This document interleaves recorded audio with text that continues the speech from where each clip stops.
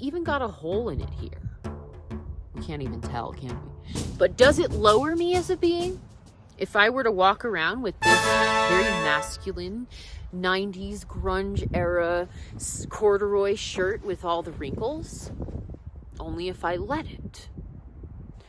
Now I can approach this from a Buddhist lens. We have to go from these unhealthy attachments of the ego affecting us, affecting our self-esteem. Oh, I'm a bad person. Oh, I'm not fashionable. Nobody likes me. I suck at this. I'm a failure. I'm ugly. We have to go from that, reprogramming that to I'm beautiful. I have great class and style, to I'm a child of the universe. That's the ego. That's its judgments. In fact, I'll be honest, I've only gotten compliments on the shirt. It's about your energy, okay? That's what this is about. Attractiveness is about your energy. Let's talk about this wrinkled shirt. I'm not getting rid of this one. It's not the most flattering. It's very 90s, grungy. And I don't care. I wear it some days. I don't have to always be feminine, It's like a warm hug, right? But it's so wrinkled. So something that happened over the last couple of months for me as I'd been living out of a car, I was like, I am ready to stop doing this. I want to have at least, even if I'm moving around a bit, I want to have a place where I can be hanging my clothes up and they're not wrinkled, because let's face it, the wrinkles kind of was affecting my self-esteem a little bit, my self-confidence. And let's talk about that. Even though this was affecting me in that way, because of my years of practicing self-love and self-care, I was like, well, let's look at this practically. I haven't been able to do the act of self-care of ironing clothes all the time. Whenever I got into an Airbnb or whatever, I was ironing them actually. But as soon as I put them back in the car, into my duffel bag or up in my toolie, there they were, wrinkled again. And who wants to walk around with wrinkles on? Now look, I can approach this with some self-neutrality, where I see like, you know what? Just because I have wrinkles on my clothes doesn't make me any less of a person. Doesn't make me worse than another person who's dressed in the finest garb, No, I can still love myself. I don't need to get down on myself about it. But I was like, okay, yeah, this is affecting me a little bit. Like, I want to present, the best aspect of myself, where it looks like I take pride in my clothes. I can't believe I'm still wearing these two things together because they don't match at all. I do have more fashion sense than this. But I threw it on because the sun was out and I wanted to protect my skin a little bit. There, does that look better? Are you satisfied? Are we satisfied with this? Ooh, I can tie it in a way that I haven't before. All right. Self-confidence, self-esteem. Let's talk about self-confidence, right? It fluctuates in our lifetime. It's natural that it's going to fluctuate. For example, we may be very confident at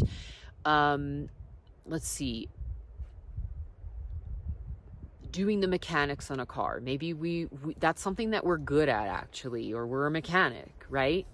And then we go and we try to learn something new and we're not going to be confident at it yet, right? This is look at this through the practical lens, right? It'll fluctuate. Maybe that if we're coming from like a fixed mindset that is going into self-comparison and is not aligned with, the act of growth and maturity involves making mistakes, right? We need this to grow. We learn so much from our mistakes. We learn more from our mistakes, really, in my opinion, than we do from our successes, right? So I don't even want to say from my opinion. I mean from it's experiential knowledge and wisdom for me that we do. So we look at this and this might affect us, that we're not good at this new thing that we're learning or that we're practicing, right? So this is a practical lens on, we might want to adjust our viewing, align with our growth mindset more instead of a fixed mindset. That, oh, we're just developing, right? So our confidence can vary throughout our lives, right? As we, even if we are coming from a background of personal development for many years, right? For example. But so I looked at this and I was like, yeah, I don't really like this, but what can I do about it? Well, I can wear certain clothes, like, well, linen is acceptable when it's wrinkled. This, you cannot control the wrinkles on linen. You might iron this and it's just going to get wrinkled within the next hour. That is part of the nature of linen, is that we accept that it wrinkles. Even the rich people who buy linen know this. Just go over to Anna Bay's channel and she'll talk about it. As soon as I typed in linen, she came up. Oh, what is that? I think there's chocolate on it. This needs a wash. Anyway, that would affect my self-esteem too. But here's the thing, is that self-esteem, now let's go into self-esteem, right? It's affiliated with self-confidence, right? Self-esteem really, our self-esteem is not brought down by other people. It's brought down by us. And if we are accepting their judgments of us, judgment is all an act of the ego, right? If we understand what the ego does, it judges. That's bad, that's good. That's stylish, that's not stylish. That's not approved, even though, you know, the next year or whatever later, now it's all the rage because the celebs are wearing it, right? Sometimes they get their fashion from basically street style, you know, if we look at its style and fashion, right? Self-esteem, if we're not working on our self-esteem, of course what other people think about us is going to be impactful on us. That's why, you know, I love the Buddhist method of developing neutrality, right? Or just recognizing that this is all just, it's all superficial judgments of the ego. With that being said, fashion, I still think fashion is really fun. It's a work of art, all of that. Okay, so don't get me wrong on this, right? But we look at this and we say, okay, practically, this doesn't lower me as a person just because I have wrinkles in my shirt, just because somebody's judging me. And how are they judging me? They're judging me through their ego. They're probably not working on their ego either, because the people who are working on their ego, they will recognize that's hurtful. Doesn't matter. It doesn't rate somebody's preciousness as a being for their status in life. This is all social status of the ego, okay? It's all a function of how the ego involves itself in our evolution as a species. So knowing that, I come from a place where I say, all right, okay, look, of course, I don't want wrinkles. I want to present my best self, because at the end of the day, I know that people are superficial and it's better, you know, we get better attention in a practical lens, right? From others, they are more receptive to us when we present our best selves, when we put on a little dabble do ya, you know, in front of the camera. It has better lighting for us, right? These are the superficial nature of how things go, right? I can accept that. I can even appreciate it for what it is in its own strangeness. But does it lower me as a being? If I were to walk around with this very masculine 90s grunge era corduroy shirt with all the wrinkles, only if I let it. Now I can approach this from a Buddhist lens. All right, let's think of it like this. Look at our nuns and monks in Buddhism. They only have a couple of the same robe that they wear, that they don't concern themselves with fashion. It's not their concern. In fact, adorning yourself, it goes against the precepts of Buddhism. Wearing makeup, all that, that's all an attachment. But with that being said, they still wash their clothing. They still will treat it with respect and humility at the same time, right? So it's still an act of self-care.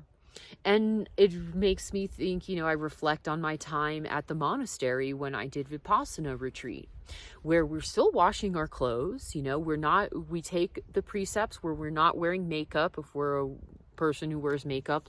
Like, it's really nice actually to see all the women, we're in silence, but nobody's wearing makeup. It was very refreshing. And, but we still are washing our face and taking a bath or, taking a shower, cleaning ourselves. We're still doing chores. This is part of daily life and appreciation of the functions of daily life, of taking good care of things, right? So we can really... Does this resonate with you? Do you get me? I hope this was even helpful, actually, if you are coming from a point where you're like feeling down on yourself. Just recognize it for what it is. It's the ego functioning. That if you feel hurt by judgment of others or yourself, it's all ego, okay? But with that being said, we can develop a sense of healthy pride that, well, this is a beautiful shirt. It could be more beautiful than this. I've been really down on it here, but I love this shirt. It's actually really warm in winter or whenever you're cold. And if it was a little bit more maintained, it would have actually a lot of style to it. In fact, I'll be honest, I've only gotten compliments on the shirt. I wore this a couple of times in my wilderness medicine course last summer, and it was a little bit cold in the classroom and then in the mornings in Washington.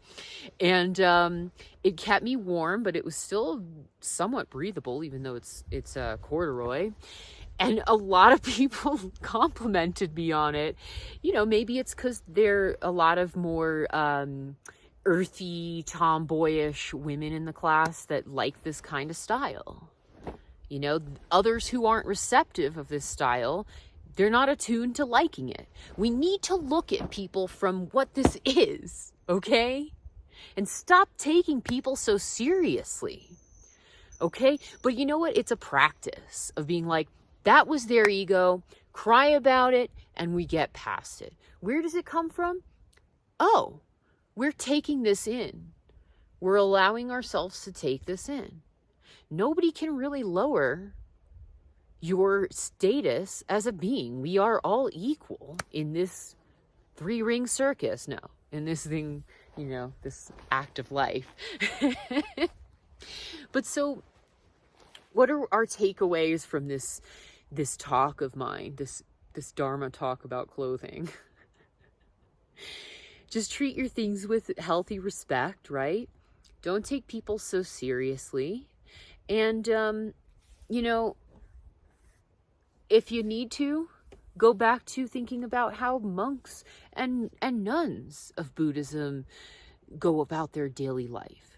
It is of no importance to them if somebody likes their robe or not, or if somebody, wants to say that they're any less than whatever, right? It is not important to them. What is important? Their practice and them being of service to the lay people, right? They take these vows that they're showing up in the world for others. But with that being said, yeah, we're not monks and nuns. This is a practice for us to understand all this, the way that the regular society functions with its judgments, right? And the ego, right? If you're coming from a place of low self-esteem, right, it is noted by some of my favorite Buddhists and spiritual guides, Eckhart Tolle, Ajahn Brahm.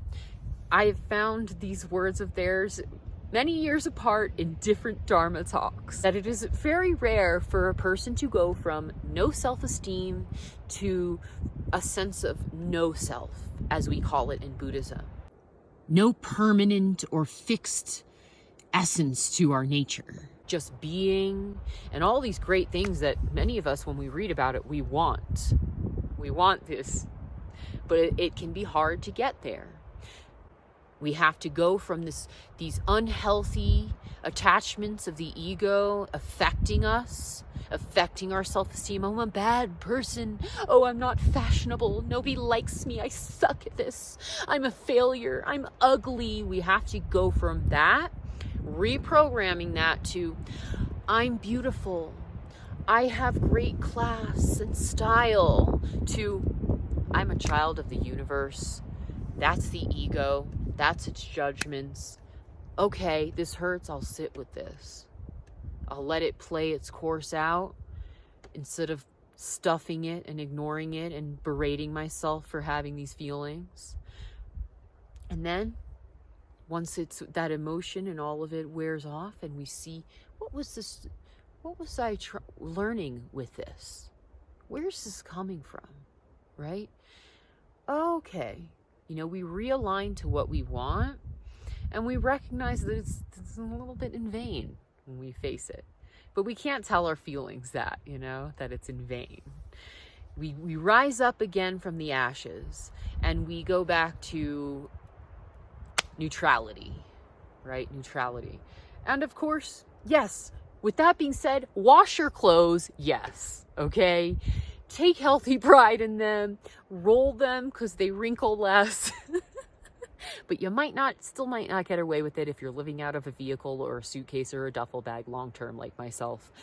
But with that being said, at this point in life, I can wear a garbage bag. I can go around wearing this, and I will still show up happy if I want to most days, if I'm truly committing to neutrality and self-acceptance. Of all shirts in here that I can look at or things that I wear, one of the ones that I am complimented the most on is this shirt. I bought this in Sedona more than a year ago. It's even got a hole in it here. We can't even tell, can we? It's got a hole in it. I've tied the back because if I didn't, I'm giving a free show, as my grandmother used to say it. And I can hear her voice going, "What is this? A free show?" Oh my God, if I have any cleavage showing, her voice is in my head. I've really had to grow past that one. It's okay to show your heart chakra as a woman if you want to, but you will get attention, let me tell you. But anyway, it's got multiple holes here. But it's a really comfortable shirt, and I still wear it sometimes. And I'll be like, whatever, I'm wearing it anyway. The shirt is comfy, and it doesn't wrinkle. It's loose fitting, and I'll be honest, it does make me happy. It's a little sun-kissed. And so and the reason why the ego likes to hate on this shirt a lot is because, all right, let's face it, tie-dye, it's not sophisticated. You wear this, you're not going to go out to like a sophisticated place with this. You're not going to go do a speech or a toast with this shirt on. It's, it's kind of a little bit juvenile in some ways if you want to look at it like that. So there's this aspect of my ego that loves to be sophisticated and wants to be respected by everyone and all of that and be very fashionable and all that. I mean, I'm sure you can dress this up in some ways, but you're still not going to go out wearing, something like this to a fancy place, right? And it's like, well, how many days out of the month am I going to do that? Not that often. I can wear this some days and be happy, right? It's just so funny. It's so shallow. The ego is just so shallow. I love it. How shallow it is when you think about it. It's like, okay, gotcha. I got what you're on about. Sure, I'm gonna wear it anyway. And everyone's going to compliment me on it, apparently. The last compliment I got on this was last week. I was having a kind of rough day. my MacBook broke. I have to get a new one. I had to drive all the way back to Denver, where that's where the only Mac stores are in Colorado, right? If you want an official one. I was like in the thick of it with another electronic device. And I was like, fine, we'll just cry about this for a bit. Cause you know what? I'm stressed out about it. Let's do it. Okay. We'll sit through this YouTube trying to learn it. Okay. It's like, we're going to get through this. Well, you know what? I got to pick up some stuff for my juice cleanse at Natural Grocers, the very nice organic grocery store here. And my face was like, I had just cried, okay? My makeup, what little I wear, was a little bit smeared. And I was voice messaging a friend, and I was just like a bit scattered, and I had the water jugs with me outside Natural Grocers, and I was just sending the last voice message to a dear friend. And I was like, man, I have had a day, but I'm getting through it. Thanks for your support. She was helping me with some electronic. And this lady comes out of the store. She's like maybe in her 50s, and she says to me, gosh, you are so attractive. And I start laughing, and I was like, wow, thank you. I'm actually having a really challenging day here. You've made my day. And I start laughing just like now. And she's like, no, seriously. And your smile and everything. She could feel my vibration. And that's what happens when you keep increasing your vibration and really working on your practice. Even on a bad day, you're never where you probably were like 10 years ago. So keep committing to it wherever you are. That you can still, even by proxy, you still have a good energy about you, like a loving energy. Because I sat in the car with myself, like recognizing my feelings, doing my work, on them, with them, working with them, accepting them, and it still emanates. That's an interesting thing, isn't it? And so I thought about it. I was like, gosh, it's like I said, I still like had done my hair like it is today and all that. But I was like, that's a really interesting thing. And I was like, and I'm wearing this shirt. And I was like, well, what about this shirt? I like this shirt. It makes me happy. It's like a little sun-kissed. And I was like, remember the last time we got a compliment on this? It was in Salida, Colorado, the Natural Grocers parking lot. And I was walking to my car with my groceries. I got a shopping cart. I'm wheeling it. I had this on, and these shorts that honestly, I don't really like these, but I like linen, but I don't find them that flattering, but they matched. And I was like, well, we're trying it out, And this guy in his truck rolls down the window, looks at me, and he whispers, "You are so hot."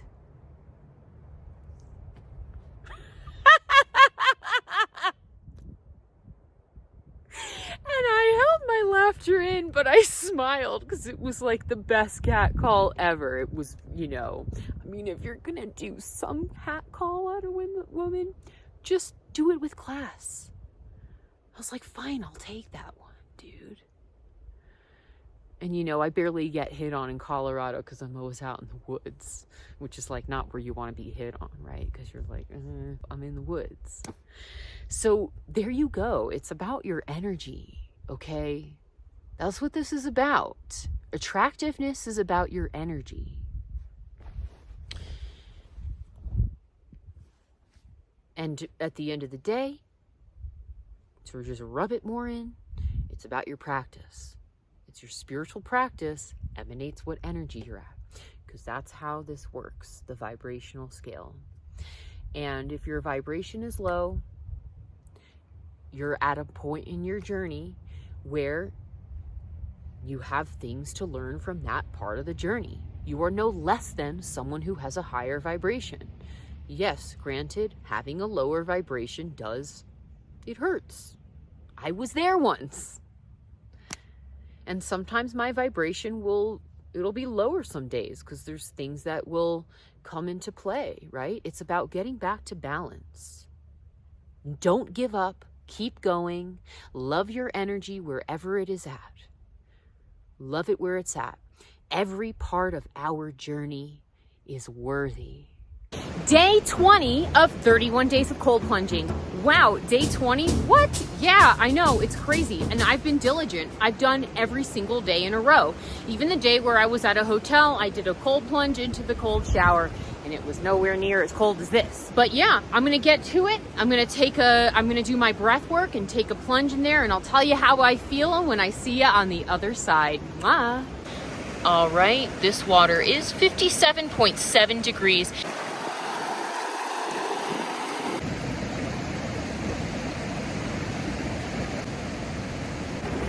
Breath work is really something.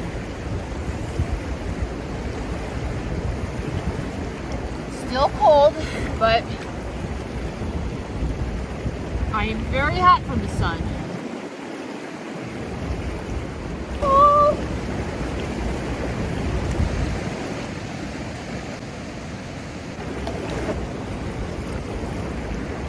So yeah, I'm up on 3 minutes.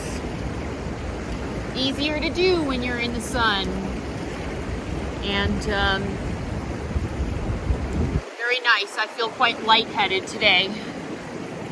I feel very lightheaded today with this practice, and but it's very nice.